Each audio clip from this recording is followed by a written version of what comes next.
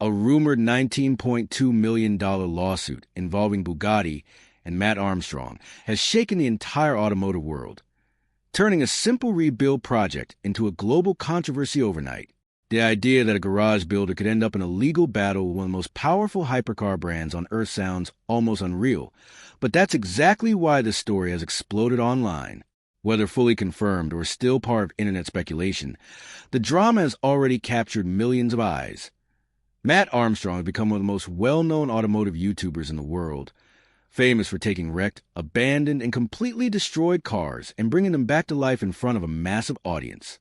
His style is raw, emotional, and unfiltered, showing every mistake, every struggle, and every breakthrough without hiding behind polish or perfection. This honesty is what made him stand out in a crowded space where most creators try to only show success. From small garage projects to high-value luxury builds, Matt's journey has always been about pushing limits and proving that determination can sometimes beat even the worst mechanical damage. Over time, his channel evolved into something much bigger than just car repairs. It became a real-life story of risk, failure, and redemption. His father, his partner, and his close circle also became part of the journey, giving his content a personal and emotional layer that made viewers feel like they were part of the family. But as his ambition grew, so did the scale of the machines he worked on, and eventually he stepped into the world of hypercars, where every bolt, decision, and mistake carries serious consequences. That's when everything changed. The turning point came when reports and online discussions suggested that Matt had taken on a heavily damaged Bugatti Chiron from a salvage auction, a machine so advanced and expensive that even minor repairs inside official factories require extreme precision. To most people, the car looked beyond saving, but to Matt, it represented the ultimate challenge. A chance to prove that even the most complex hypercar in the world could be brought back outside of a factory system. However, as the rebuild progressed, complications began to surface around parts access, technical limitations, and manufacturer involvement, slowly turning the project into something far bigger than just a YouTube series. This is where rumors exploded online about a possible legal conflict, including a shocking $19.2 million lawsuit figure that spread rapidly across social media. While not all of these claims are officially confirmed, the story had already taken on a life of its own. It became a battle of ideas. Freedom versus control, DIY passion versus corporate protection, and independent creativity versus billion-dollar engineering systems. On one side, supporters see Matt as someone pushing the boundaries of what's possible in a garage. On the other side, critics argue that companies like Bugatti must protect safety, intellectual property, and reputation. And right in the middle of this clash sits a story that feels less like a normal rebuild and more like a real-world showdown between a lone creator and one of the most powerful names in automotive history. As the story spread across the internet, the Bugatti rebuild project quickly stopped being just another Matt Armstrong video and turned into something much bigger, a public spectacle watched by millions, debated across forums, and discussed like a real legal and engineering battle. Every update, every clip, and every small detail from the garage began getting analyzed as if it were evidence in a high-stakes case. The rumored $19.2 million lawsuit only added fuel to the fire, even though much of it remains unverified online speculation. Still, in the world of YouTube and social media, perception often becomes reality faster than official statements can catch up, and that is exactly what happened here. People were no longer just interested in whether the Bugatti could be fixed. They were now invested in whether a lone creator could stand against one of the most exclusive automotive brands on the planet. This shift in attention changed everything about how the project was viewed. Instead of being seen as a creative rebuild, it became a symbol of resistance for some viewers and a warning sign for others. Supporters praised Matt for trying to push engineering boundaries outside factory walls, while critics argued that hypercars like the Bugatti Chiron are never meant to be rebuilt in a normal garage environment. The tension between these two viewpoints turned the entire situation into a cultural debate about ownership, responsibility, and the limits of DIY engineering in the modern world. Inside the garage, however, the reality was far more technical than dramatic headlines suggested. A Bugatti Chiron is not a normal car. It is a highly complex machine built with precision engineering that involves thousands of specialized components working in perfect sync. Even small repairs require factory-level tools, diagnostic systems, and certified processes. According to online discussions, one of the biggest challenges in the rebuild was access to official parts and manufacturer support, which became increasingly restricted as the project moved forward. This created a situation where creativity had to replace factory resources, forcing alternative solutions, custom fabrication, and experimental repairs. At the same time, safety concerns became a major point of tension, because when dealing with a hypercar capable of extreme speeds, even the smallest mistake can have serious consequences. This is where the conflict between independent rebuilding and manufacturer control becomes most visible. Supporters of the brand argue that such restrictions are necessary to protect safety, reputation, and engineering integrity. Meanwhile, independent builders see it as a barrier that limits innovation and prevents skilled creators from proving what is possible outside corporate systems. The rumored involvement of legal pressure, including the widely shared $19.2 million figure, intensified this divide even further, turning technical challenges into emotional and ideological arguments across the internet as the situation escalated online. Even major voices in the automotive space began paying attention, and discussions around the project expanded beyond YouTube into podcasts, news-style commentary, and social media debates.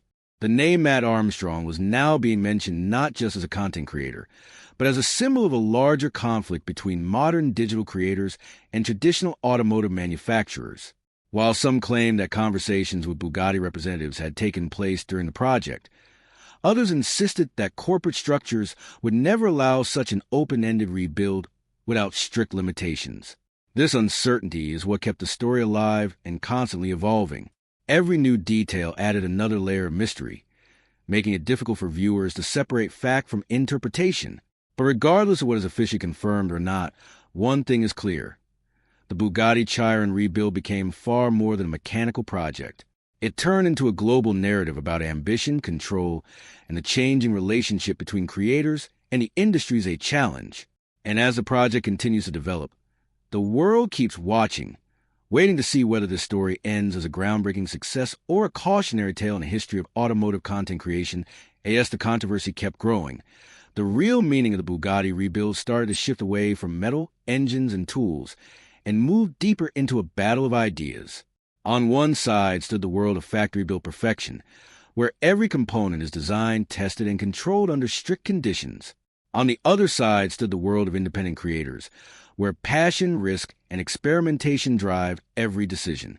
Matt Armstrong found himself right in the middle of this clash, not because he wanted conflict, but because his way of working naturally challenges the limits set by manufacturers. For him, a damaged hypercar is not just a written-off machine. It is an opportunity to learn, rebuild, and show what is possible outside the official system. But for a brand like Bugatti, a car is not just a product. It is a symbol of engineering identity, reputation, and safety standards that cannot be compromised. This difference in mindset is what turned a salvage project into a global talking point. As rumors of legal pressure and the massive $19.2 million figure continued circulating online, the situation became less about facts and more about perception. In today's digital world, a story does not need full confirmation to become powerful. It only needs attention, emotion, and conflict. And this story had all three in huge amounts. What made the situation even more intense was how quickly the internet turned it into a narrative of David versus Goliath. Matt Armstrong, working from a garage with tools, cameras, and a small team, was seen by many as the underdog fighting against a multi-billion-dollar automotive empire. That emotional framing is what gave the story its viral power. Viewers were not just watching a car being repaired. They were watching a symbolic struggle between freedom and control. Every update from the project added new layers to this perception, even when the real technical details were far more complex and less dramatic than online discussion suggested. At the same time, critics pointed out that hypercars like the Bugatti Chiron exist in a completely different engineering category, where even minor structural damage can affect safety at extreme speeds. From that point of view, strict manufacturer control is not about stopping creativity. It is about preventing catastrophic risk. This is why the debate became so divided. It was no longer just about whether the car could be fixed. It was about whether it should be fixed in a non-factory environment at all. As the discussions expanded, the story also began to reflect a bigger change happening in modern media and engineering culture. In the past, stories about hypercars and factory disputes would stay within professional automotive circles. But today, platforms like YouTube, podcasts, and social media have completely changed that dynamic. A single rebuild video can now spark global debates involving engineers, fans, critics, and casual viewers all at once. Matt Armstrong's project became a perfect example of this shift. His work blurred the line between entertainment and engineering, between content creation and real mechanical experimentation. Whether or not every rumor about lawsuits or corporate intervention is accurate, the impact of the story is undeniable. It has already influenced how people think about salvage cars, ownership rights, and the limits of DIY engineering in a world dominated by advanced technology. And as the Bugatti rebuild continues to evolve, one thing remains certain. This is no longer just a garage project. It is a modern automotive story playing out in real time, where every bolt tighten adds another chapter to a debate that the internet is still trying to fully understand. As the Bugatti rebuild saga continued to spread, the pressure around the project seemed to grow far beyond the garage walls. What started as a damaged hypercar being brought into a workshop had now become a global talking point, where every small update felt like a major event. Viewers were no longer just watching for entertainment. They were watching for answers, for confirmation, and for any sign of what would happen next in a situation that felt unpredictable at every turn. The rumored $19.2 million lawsuit figure, whether fully accurate or not, became a central part of the conversation, simply because it added scale and shock value to an already intense story.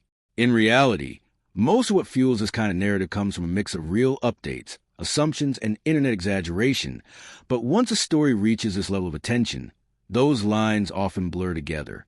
For many fans, the idea that a garage builder could face off, directly or indirectly, with one of the most powerful automotive brands in the world is what makes the story feel almost cinematic. It is not just about engineering anymore. It is about power, control, and who gets to decide the limits of innovation once a machine leaves a factory floor. At the heart of this entire situation is a deeper question about modern car culture and ownership. When someone buys a vehicle, especially from a salvage auction, how much freedom do they truly have over it? In Matt Armstrong's case, this question becomes even more complicated because the vehicle in question is not a regular car, but a Bugatti Chiron, one of the most advanced hypercars ever built. These machines are designed with extreme precision, using specialized materials, software systems, and engineering processes that are not easily replicated outside factory environments. From a manufacturer's perspective, controlling repairs is not just about protecting a brand image. It is about ensuring that the car remains safe at speeds that push the limits of physics. From a creator's perspective, however, restricting access to parts or technical support can feel like limiting innovation and preventing skilled builders from proving what is possible outside corporate systems. This tension is what gives the story its emotional weight, because both sides have valid reasoning, even if they lead to completely different conclusions. As discussions around the project continued online, the story became less about one car and more about a wider conflict between structured engineering and independent creativity. Meanwhile, Matt Armstrong himself remained focused on the practical reality inside the garage, where theory and debate mean very little compared to actual broken parts, missing components, and technical challenges that need real solutions. Regardless of what people say online, rebuilding a hypercar is an extremely complex task that requires patience, experimentation, and constant problem-solving. Every step involves uncertainty, especially when official support is limited or unavailable. This forces creative approaches, custom fabrication, and careful testing to ensure that the car can function safely again. In this environment, progress is slow and unpredictable, and success is never guaranteed. But that uncertainty is also what makes the journey compelling for viewers. They are not just watching a finished product being revealed.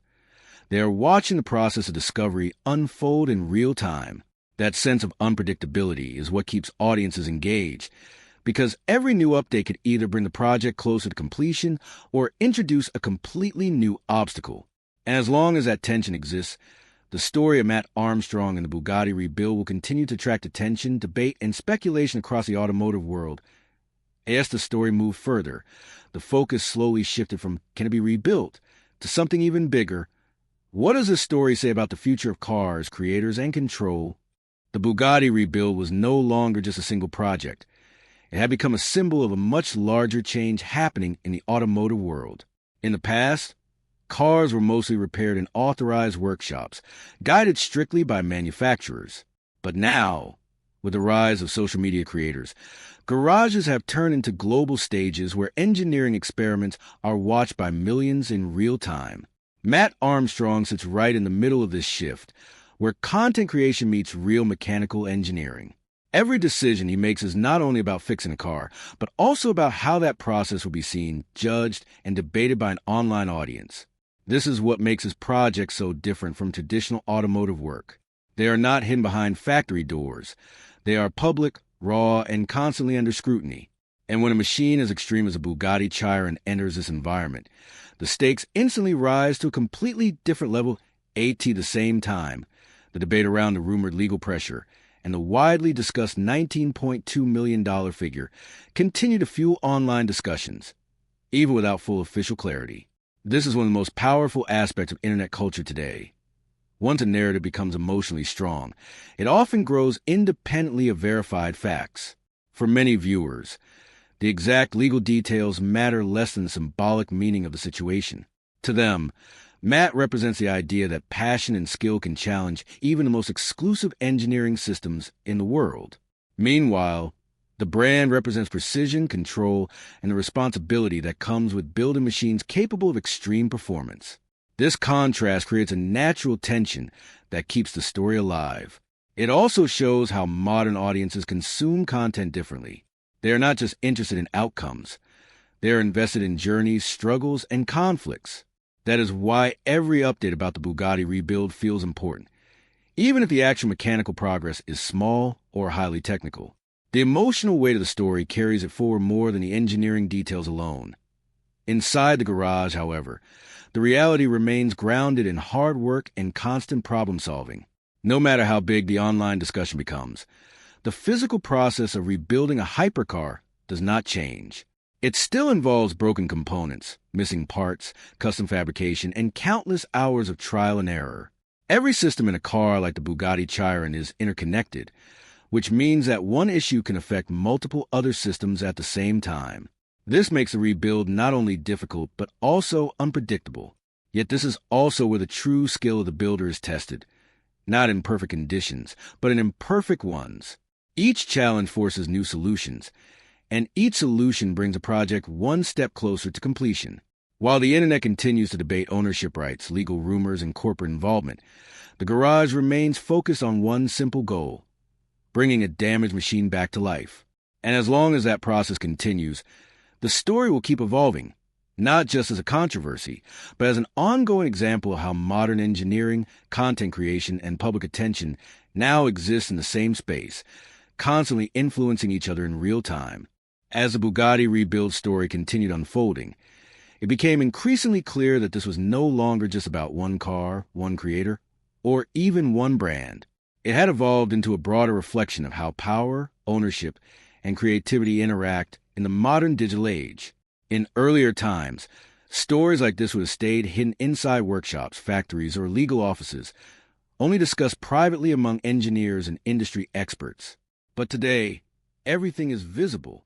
Every bolt turned, every mistake made, and every decision